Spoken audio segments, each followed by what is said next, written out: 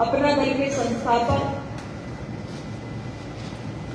यशाताई doctor Sonelal Patel जी वर्ष 2009 में आज ही के दिन 17 अक्टूबर को हम सब से बहुत दूर चले गए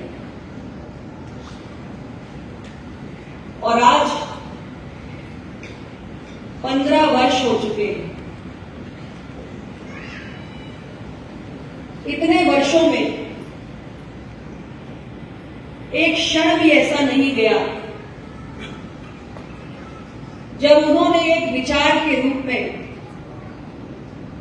हमारे पथ को प्रकाशित न किया हो।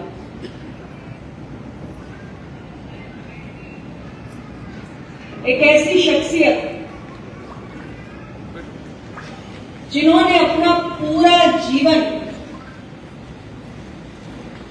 दबे कुचले कमजोर वर्गों को उनका अधिकार, उनकी भागीदारी, उनका प्रतिनिधित्व दिलाने के लिए संघर्ष करते हुए गवा दिया। उन्होंने पूरा जीवन संघर्ष के रास्ते को ही चुना, या यूं कहूं कि संघर्षों ने डॉक्टर सोनेलाल पटेल को चुना, क्योंकि संघर्ष उसी को चुनता है जिसमें संघर्ष करने का मानता है। और ऐसी महान विभूति को आज उनके परिनिर्वाण दिवस पर मैं पूरा अपना दल परिवार की ओर से, उनके सभी अनुयायियों की ओर से, सभी समर्थकों की ओर से और आप सभी जैसे उनके चाहने वालों की ओर से भावपूर्ण श्रद्धांजलि अर्पित करती हूं। आज के इस अवसर पर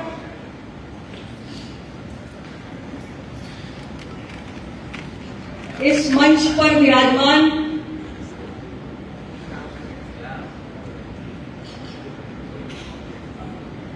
कुर्मी क्षत्रिय समाज के महाराष्ट्र के भूतपूर्व अध्यक्ष डॉक्टर बाबूलाल सिंह पटेल जी, महाराष्ट्र कुर्मी क्षत्रिय समाज के अध्यक्ष सम्माननीय हरीश वर्मा जी, अखिल भारतीय कुर्मी महासभा महाराष्ट्र के अध्यक्ष भाई संजय पाटिल जी, इस मंच पर मौजूद अपना दल के राष्ट्रीय महासचिव भाई आरबी सिंह जी, भाई विनोद गंगवार जी, दर्जा प्राप्त राज्य मंत्री का पद सुशोभित कर रहे भाई रामलखन पटेल जी, अपना दल के पूर्व राष्ट्रीय महासचिव युवा मंच के, जिन्होंने डॉक्टर सोनेलाल पटेल जी के साथ लंबा संघर्ष किया उस दौर में जब डॉक्टर साहब महाराष्ट्र की यात्रा करते थे, डॉक्टर राममूर्ति वर्मा जी, इस मंच पर मौजूद हमारे वरिष्ठ साथी आदरणीय महेंद्र वर्मा जी, डॉक्टर एसआर वर्मा जी, और यहां पर हमारे सहयोगी दल भाजपा के जिलाध्यक्ष भाई अविनाश कोहली जी, श्री महादेव जी पटेल जी, श्री प्रकाश महात्रे जी, श्री ब्रिजेश पटेल जी, डॉक्टर अशोक सिंह जी, और इस कार्यक्रम के आयोजन में जिन्होंने बेहद महत्वपूर्ण भूमिका निभाई और मेरे मिर्जापुर जनपद के ही जो निवासी हैं, सम्माननीय हमारे डॉक्टर सुभाष सिंह जी, यहाँ पर मौजूद श्री संतोष शर्मा जी, किशन सरोज जी, शेर बहादुर जी, हरिराम वर्मा जी, राधेश्याम वर्मा जी, बीएल वर्मा जी, ब्रिजलाल पटेल जी, बद्री प्रसाद पटेल जी, धर्मेंद्र चौधरी जी, प्रमोद सरोज जी, जयप्रकाश दुबे जी और आप सब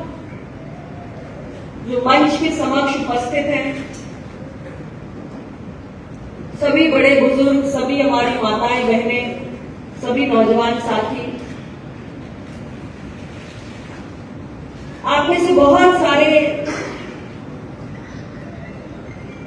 ऐसे व्यक्ति हैं जिन्होंने डॉक्टर सोनेलाल पटेल जी के साथ समय व्यतीत किया है,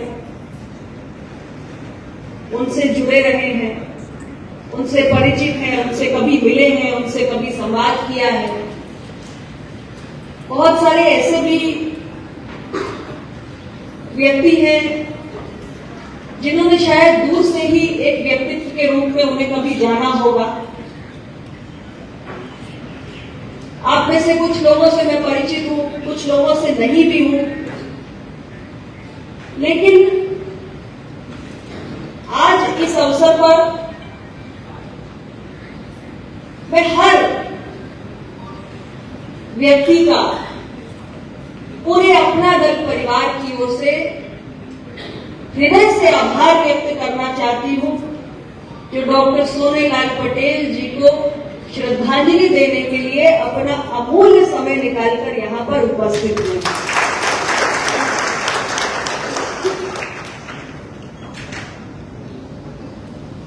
आज पूरे उत्तर प्रदेश के एक एक जिले में हमारी पार्टी की संगठन इकाई द्वारा, क्योंकि ये पार्टी का एक महत्वपूर्ण कार्यक्रम है, इस आयोजन को पूरी भव्यता के साथ किया जा रहा है। उत्तर प्रदेश के कोने कोने में डॉक्टर सोनेलाल पटेल जी के चाहने वाले, उनके अनुयायी बड़ी संख्या में आज के दिन एकत्रित होकर उन्हें अपनी भावपूर्ण श्रद्धांजलि देते हैं। मैं भी उत्तर प्रदेश के किसी न किसी जिले में श्रद्धांजलि सभा में प्रतिवर्ष शामिल होती हूं। इस बार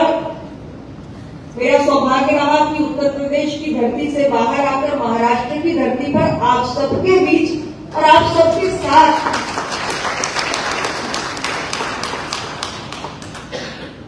मुझे उन्हें नमन करने का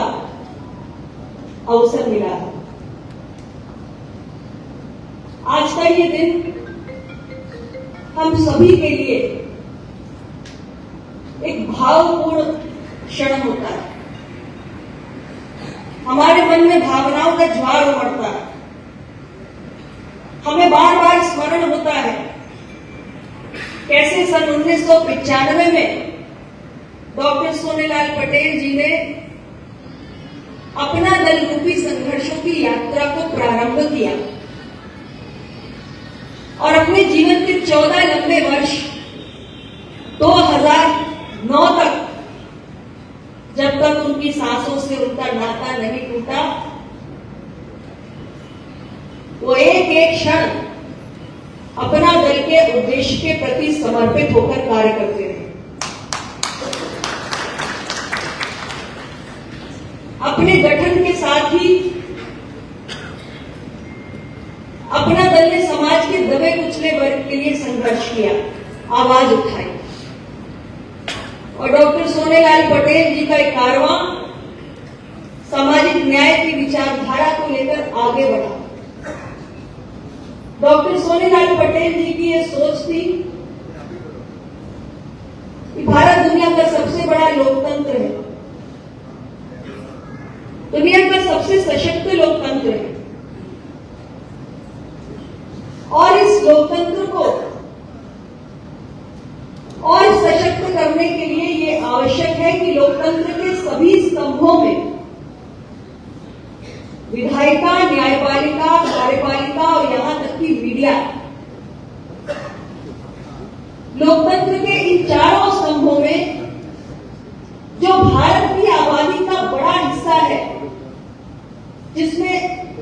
हजारों पिछड़ी जातियां हैं, दलित जातियां हैं, आदिवासी समाज है, जो दबा कुचला है, विकास की मुख्य धारा से वंचित है, उनको देश की न्यायपालिका में, कार्यपालिका में, विधायिका में और मीडिया में भी पर्याप्त प्रतिनिधित्व मिले, ये लोकतंत्र की मजबूती के लिए, उसके सशक्तिकरण के लिए बेहद जरूरी है। और पूरा जीवन इसी सिद्धांत को लेकर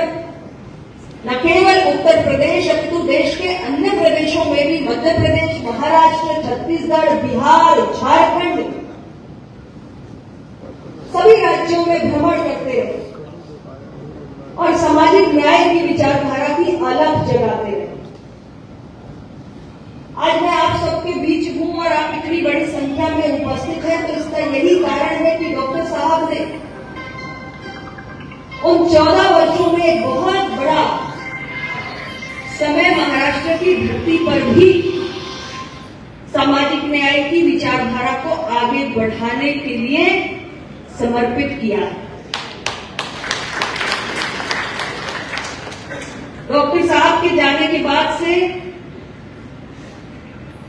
आज 15 वर्षों में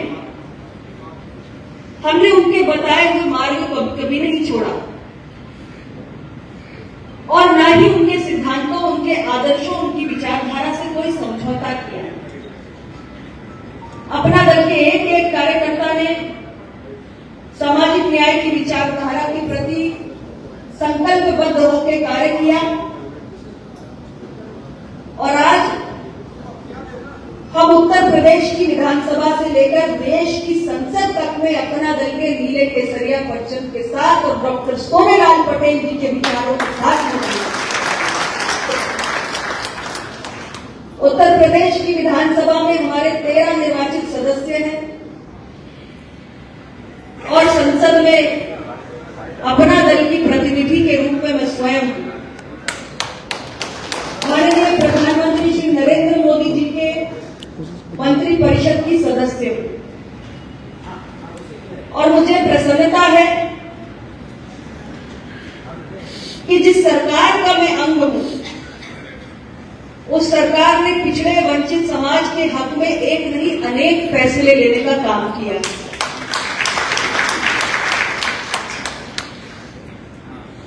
डॉक्टर सोनेलाल पटेल जी ने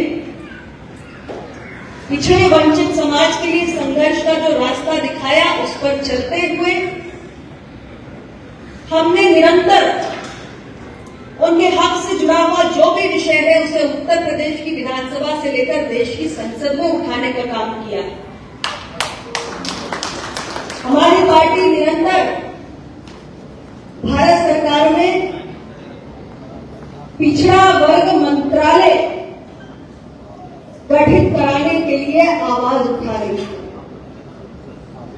हमारी पार्टी का मानना है कि देश में पिछड़े वर्ग की बहुत बड़ी आबादी है। 90 के दशक में जब मंडल आयोग की सिफारिशें लागू हुई थी, उस वक्त पिछड़ों की गणना